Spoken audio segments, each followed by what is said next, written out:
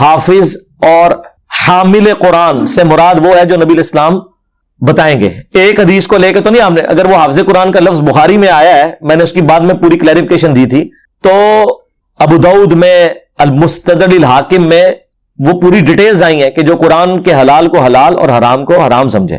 ورنہ پھکی بھی لے لیں, اگر ایک دیوبندی حافظ قرآن ہے اور دیوبندی والے عقیدے رکھتا ہے اور آل محنت کو صحیح سمجھتا ہے, اس پلانٹ ارتھ پہ کوئی ایک بریلوی عالم لکھ دے کہ یہ حافظ قرآن جو ہے وہ 7 بندوں کو جنت میں لے کے جائے گا, وہ کہیں گے انہیں آپ بھی جنت میں جانا ہے, ادھر سارے مقتدی جنت میں جان گے. اے تواڈے حافظاں دی اوقات ہے.